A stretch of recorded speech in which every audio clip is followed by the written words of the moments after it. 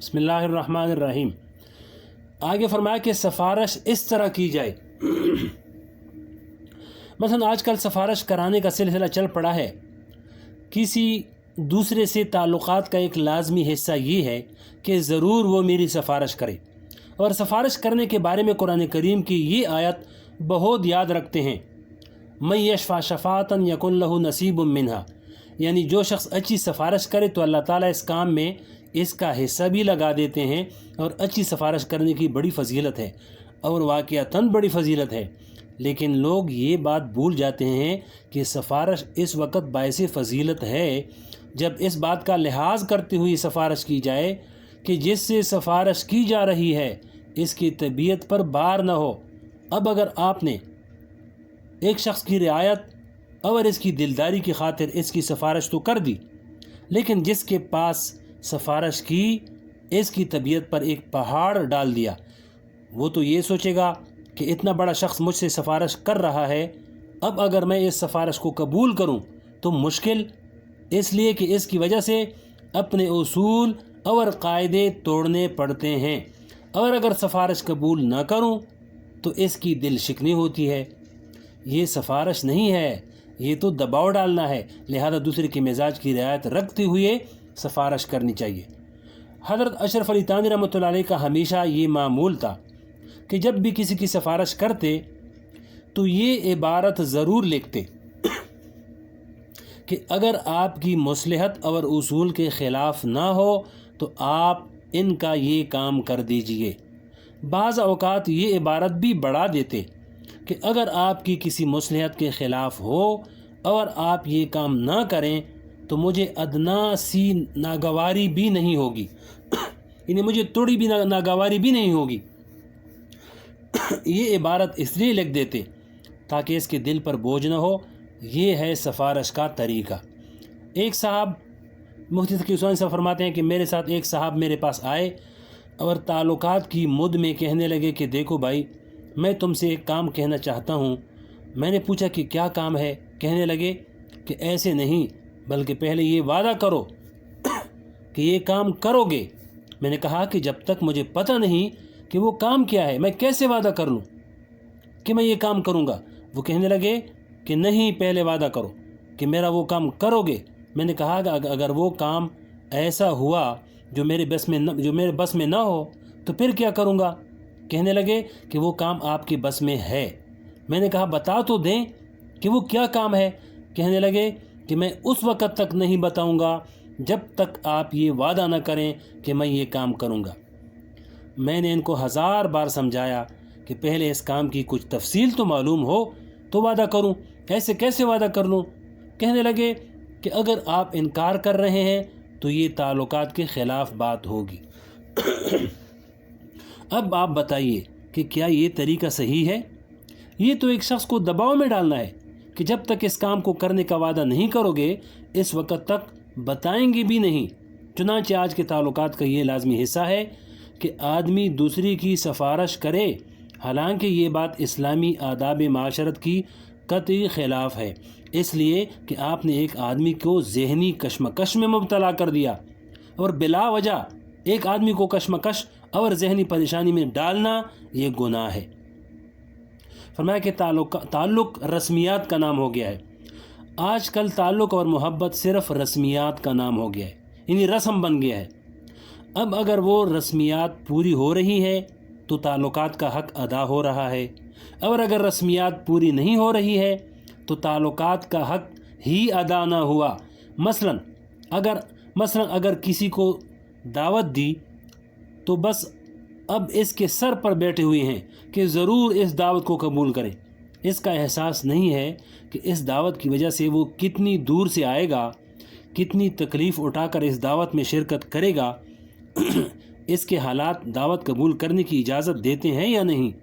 اس سے اس دعوت دینے والے کو کوئی بحث نہیں، اس کو تو دعوت ضرور دینی ہے اور اس کو بلانا ہے۔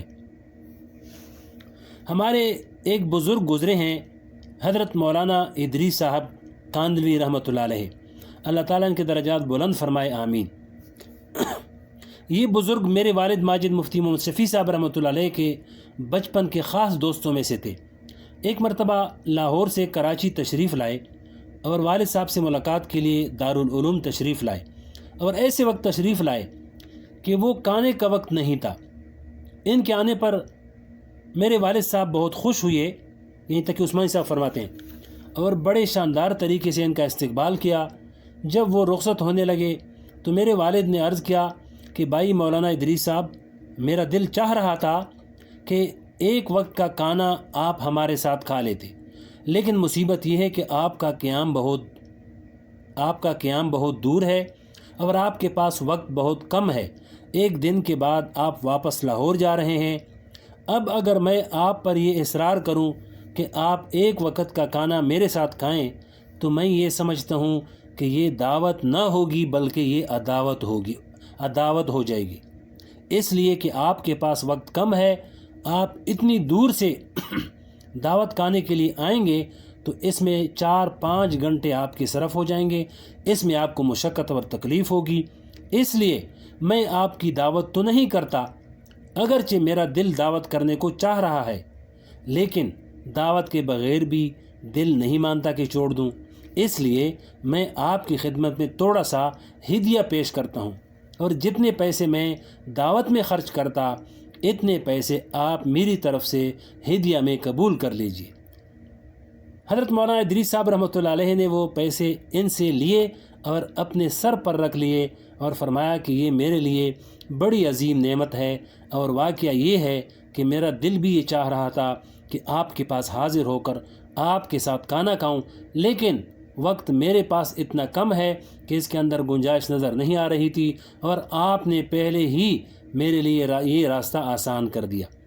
اب بتائیے، اگر والد صاحب ان سے یہ کہتے کہ نہیں، ایک وقت کا کھانا آپ کو میرے ساتھ ضرور کھانا پڑے گا، اور وہ جواب میں یہ کہتے کہ میرے پاس تو وقت نہیں ہے، والد صاحب کہتے کہ نہیں بھائی، دوستی کا تقاضا تو یہی ہے کہ ایک وقت کا کھانا آپ ضرور میرے ساتھ آ کر کھائیں، تو اس کا نتیجہ یہ ہوتا کہ جس کام کے لیے وہ اتنا لمبا سفر کر کے آئے وہ کام چھوڑتے اور دعوت کھانے کے لیے 5 گھنٹے قربان کرتے۔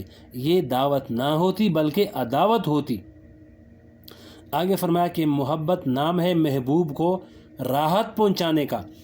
آج ان رسمیات نے نہ صرف ہمارے معاشرے کو تباہ کر رکھا ہے بلکہ دین کے اخلاق و آداب سے بھی ہمیں دور کر دیا ہے۔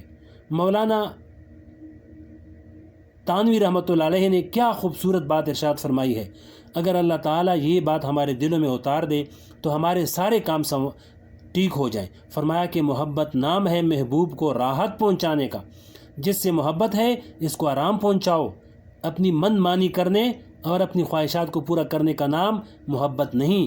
اگر محبت کرنے والا عاشق نادان اور بے وقوف ہو تو اس کی محبت سے محبوب کو تکلیف پہنچ جاتی ہے، لیکن ہمارے حضرت والا رحمۃ اللہ علیہ کا مزاج یہ ہے کہ محبت سے تکلیف پہنچنے کے کوئی معنی نہیں ہے۔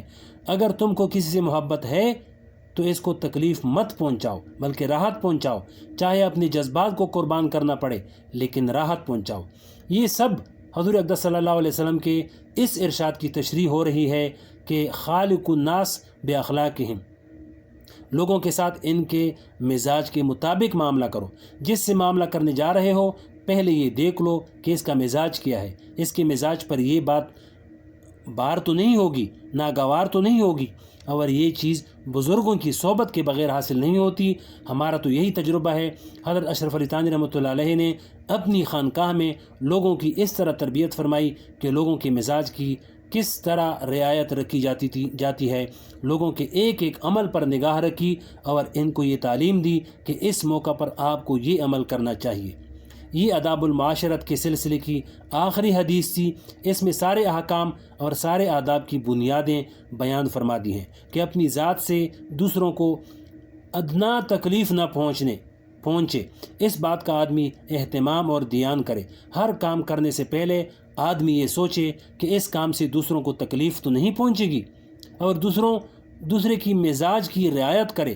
ایک شاعر گزرے ہیں جن کا نام جگر مراد آبادی مرحوم، یہ بھی حضرت تانوی رحمۃ اللہ علیہ کی صحبت میں پہنچ گئے تھے۔ ان کا ایک شعر بڑے کام کا ہے۔ اگر یہ شعر ہمارا لائحہ عمل بن جائے تو یہ سارے اسلامی آداب معاشرت کا خلاصہ ہے۔ وہ یہ ہے جس کا ترجمہ ہے یعنی اس دنیا میں سارے کام اپنی طبیعت اور مزاج کے مطابق نہیں ہوتے، لیکن اس دنیا کے کام اپنی طبیعت کے خلاف ہو جائیں اور اپنی اوپر مشقت اٹھا لیں اور اپنی طرف سے قربانی دے دیں تو یہ ہمیں منظور ہے، لیکن دوسروں کو ہم سے کوئی مالی، جانی، ذہنی، نفسیاتی نقصان پہنچ جائے تو یہ ہمیں منظور نہیں۔ یہی سارے دین کی تعلیم ہے اور یہی آداب معاشرت کا خلاصہ ہے۔ اللہ تعالیٰ مجھے اور آپ سب کو اس پر عمل کرنے کی توفیق نصیب فرمائے۔